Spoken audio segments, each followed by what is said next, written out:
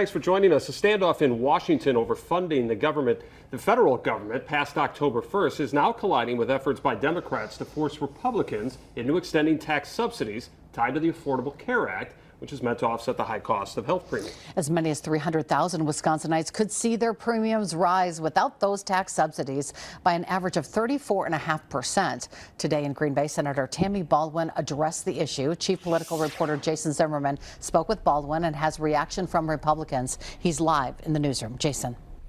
Tammy, these tax subsidies passed by Congress during the COVID pandemic are set to expire at the end of the year if they are not extended. As some people told Senator Tammy Baldwin during a discussion this morning, the potential price hike is alarming.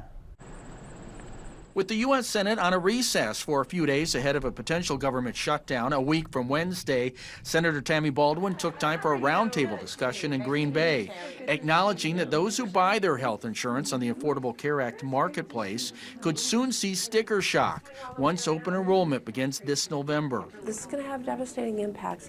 It's also going to impact our economy in terms of the ability to be a small business. Among the small business owners who depend on the ACA for health coverage is Kim Paul. Hearing now that next year the increases are proposed at an average of 20% by marketplace providers, that's huge. For somebody like me who has chronic issues and all of that going on, I can't afford to not have it. The House recently passing along party lines on September 19th a continuing resolution to fund the government 7 more weeks, with the intent of allowing negotiations on separate spending like these tax subsidies to continue.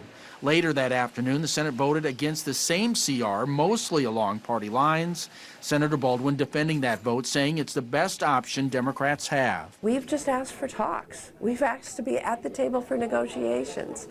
They've turned a blind eye. On the other side of the aisle, Congressman Tony Weed issued a statement saying, in part, quote, while House Republicans voted to keep the government open last week, Senator Baldwin and her fellow Democrats voted to shut the government down in a failed attempt to give health care back to illegal aliens. Instead of holding performative press conferences in Green Bay, Senator Baldwin should be in Washington fixing the mess she helped create, end quote. Also in Green Bay today, we asked Governor Tony Evers if the state would provide any financial relief if Congress doesn't extend the ACA tax credits. He tells us it's very unlikely and the federal government is in the best position to do that. Chris, back to you.